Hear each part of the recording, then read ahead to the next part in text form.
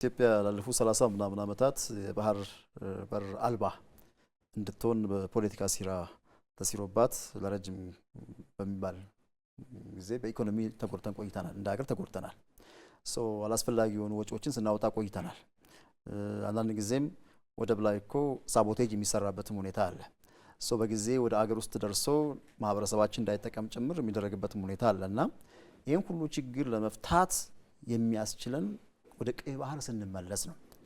ቀይ ባህር ደግሞ ይገባናል ነው፣ የኛም ጭምር ነው። ታሪክን መሰረት ካደረግን፣ ጂኦግራፊን ታሳቢ ካደረግን፣ የህዝባችን ቁጥር ታሳቢ ካደረግን ከምንም በላይ ከየትኛውም አገር በተሻለ መልኩ ክሌም ማድረግ የምንችለው እኛ ነን። በነገራችን ላይ በዓለም ደረጃ ከፍተኛ ህዝብ ቁጥር ኖሮት ባህር በር የሌለው አገር አለ ከተባለ ኢትዮጵያ ነች። ኢትዮጵያ ዓለም አቀፍ ህግንም ታሳቢ አድርጋ ታሪክንም ታሳቢ አድርጋ ያለችበትንም ጂኦግራፊ ታሳቢ አድርጋ ያንን መብቷን ማስጠበቅ ትችላለች። ለዚህ የዲሞክራሲያዊ ስርዓትን ተከትላ የዲፕሎማሲ ስርዓቱን መስመር አስይዛ እስከሄደች ድረስ ክሌም ታደርጋለች።